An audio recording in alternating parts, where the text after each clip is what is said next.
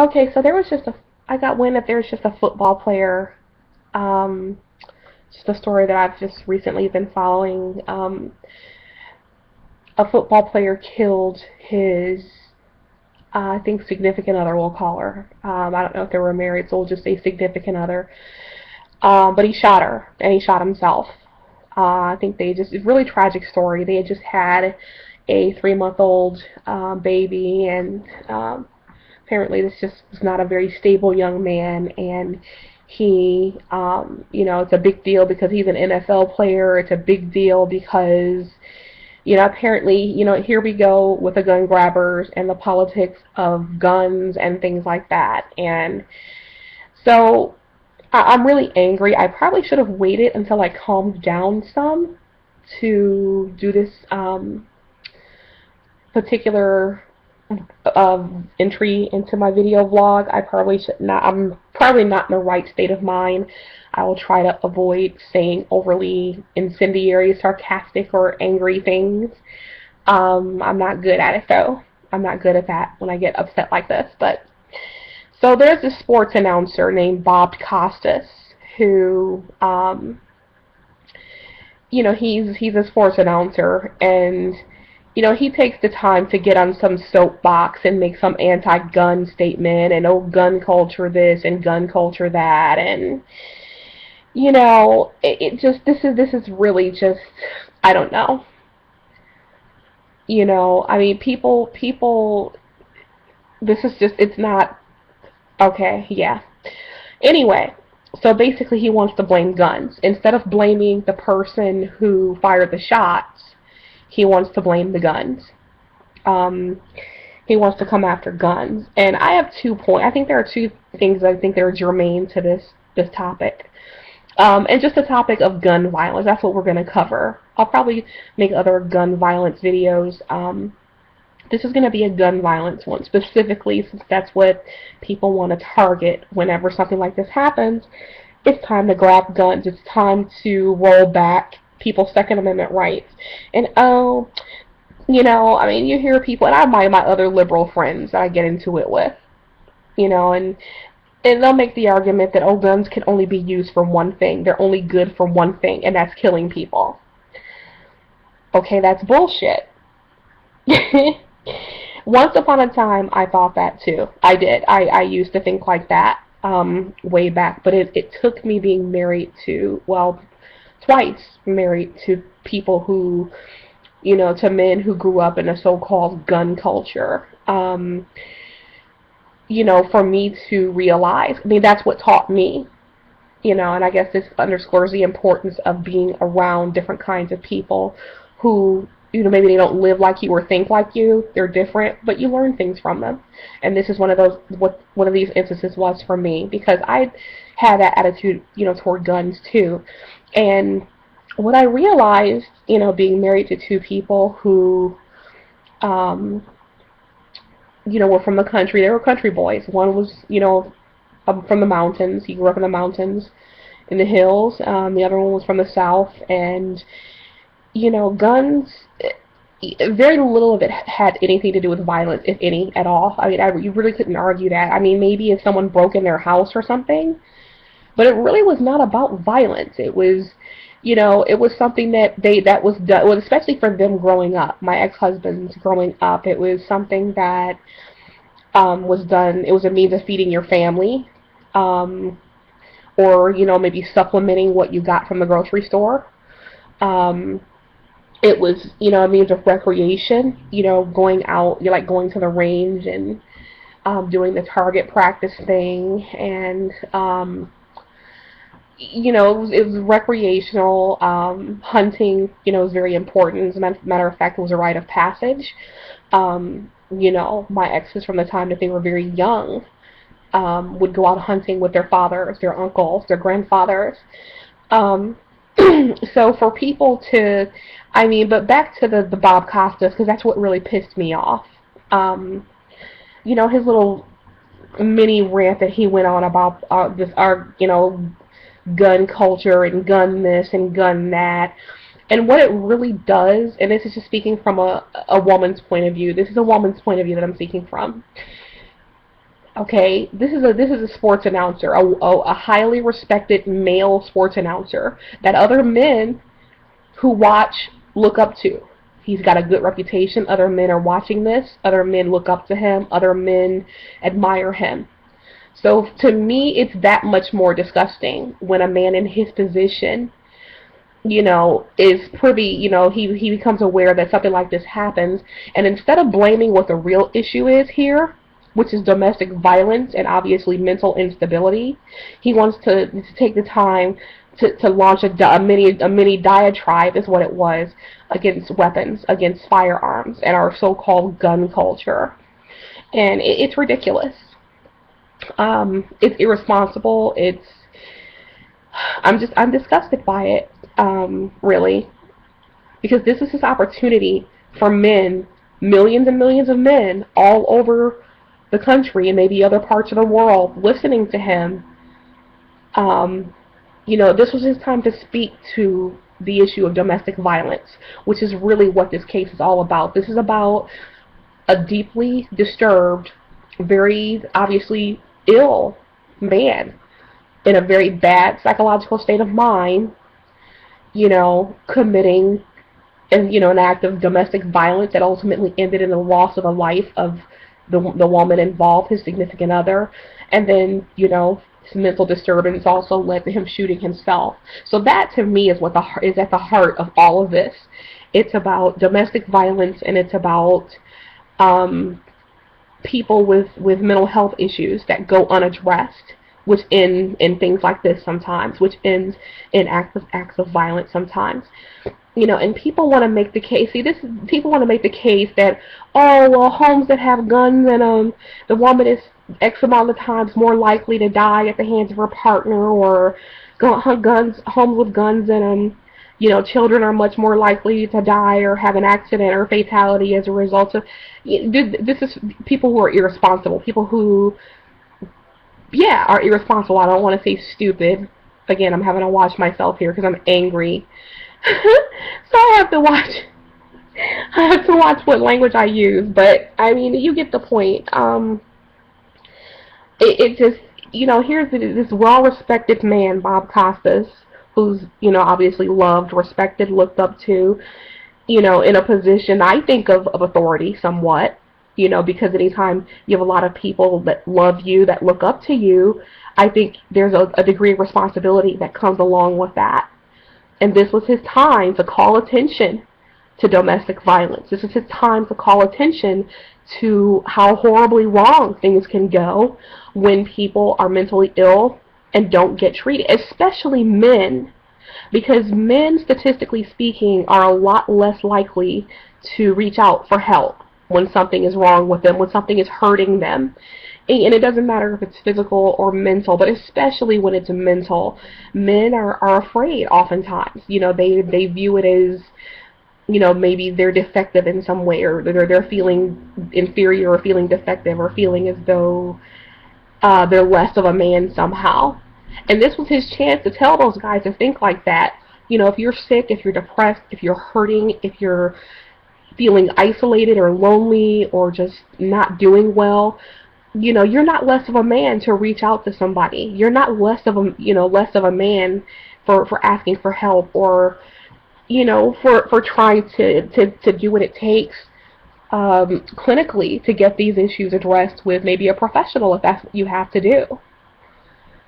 I mean, it's ridiculous. It's ridiculous. This is his chance, to reach out to other men who may be in a situation where there's domestic violence, and maybe they're, in a vicious cycle type of thing with their partner. That was a time to encourage men. If you're engaging in acts of domestic violence against who you're with, go get help for it. Seek counseling for it.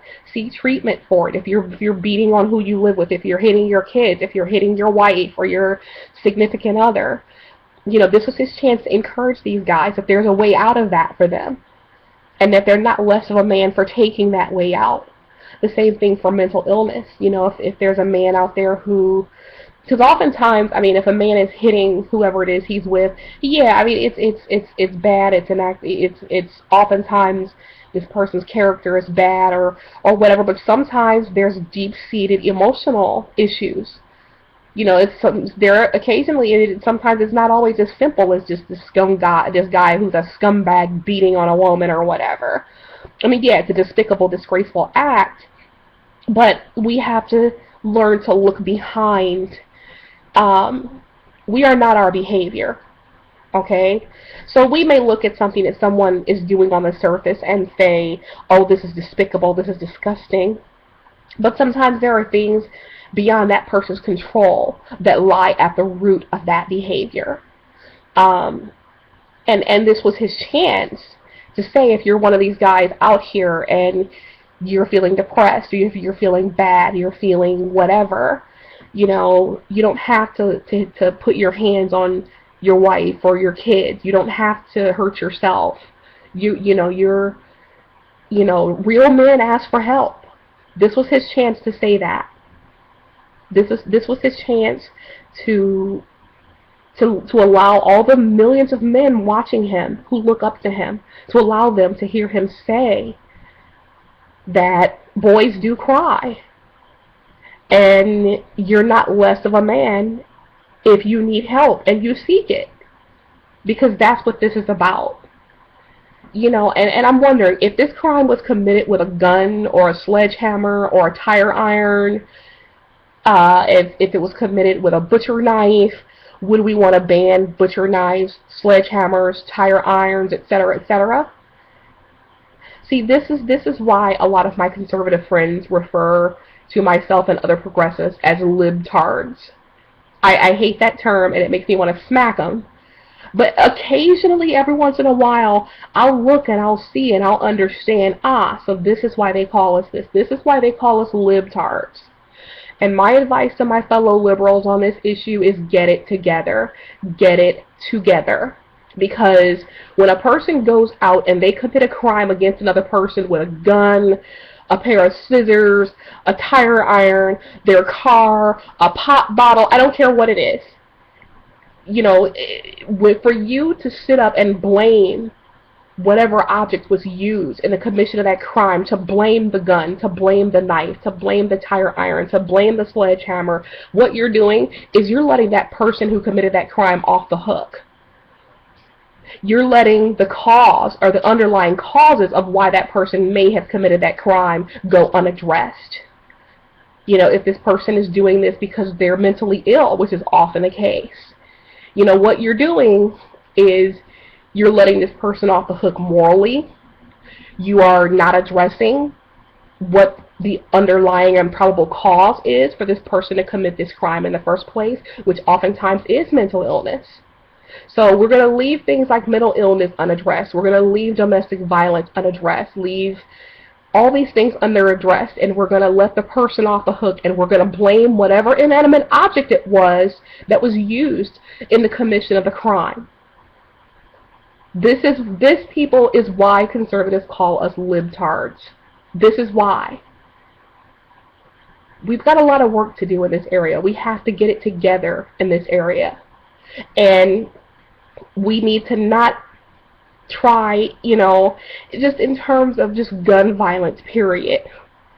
There are a lot of things that are the underlying cause of people committing violent acts, criminal acts.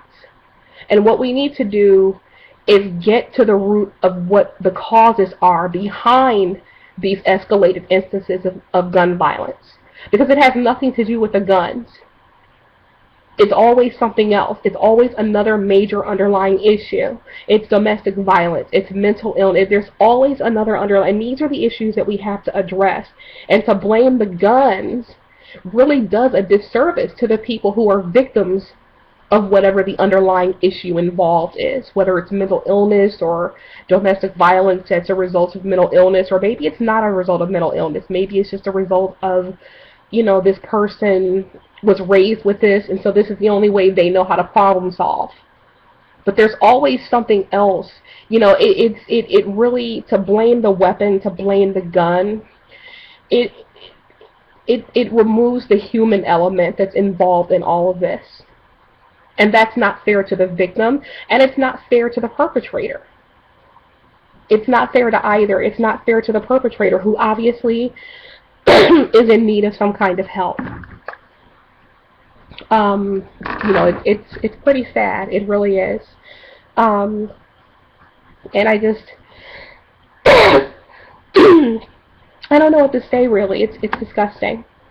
Um, because these are instances. These are human issues, and there's real human suffering behind all of these horrendous acts that we're hearing about. There's always, and this is the common denominator, people. This is the one underlying thing that's a common denominator in every instance of these cases, whether it's a gun or something else being used, is the human condition and the pain and the suffering that is often at the heart of these acts of violence, not only for the victim, but for the perpetrator too. People don't, you know, I mean, yeah, you have people out there who are just evil people. You have just people that are just hurt people for the sake of hurting people, because they're a sadist, they're sadistic, they enjoy, or a sadist, they're a sadistic, and they just enjoy hurting people. But more often than not, they're in some sort of pain themselves.